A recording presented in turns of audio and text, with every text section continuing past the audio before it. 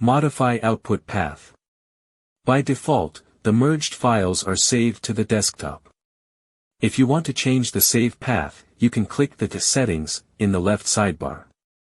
Or Edit Save Path at the bottom of the Home page to go to the Settings page. Under Editing Save to Path, click Select Folder button on the right. And choose the path where you want to save the output file.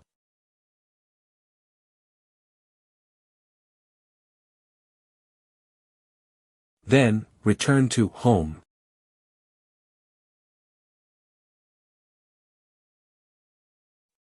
Merge the files, and the prompt will show that the file is saved in the new path you selected.